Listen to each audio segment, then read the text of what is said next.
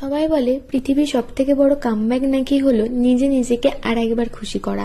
আর এই কথাটা আমি যেমন বিশ্বাস করি তেমন নিজের জীবনে প্রয়োগও করি। এই আজকেই যেমন ধরো একাডেমি অফ ফাইন আর্টস থেকে বেরিয়ে আমি নিজের টাকায় নিজেকে একটা ফুল উপহার করলাম, তারপরে নিজের টাকায় চুড়ি কিনলাম, নিজের পছন্দের খাবার খেলাম, আর একা একাই নন্দন চত্বরে বেশ অনেকক্ষণ ঘুরে বেড়াচ্ছিলাম।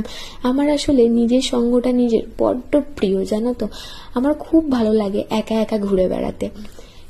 একবার যদি নিজের সঙ্গ নিজে পছন্দ করা শিখে যাও, তখন দেখবে পাশে কে থাকলো না সেটা নিয়ে আর কিছুই যায় আসে না।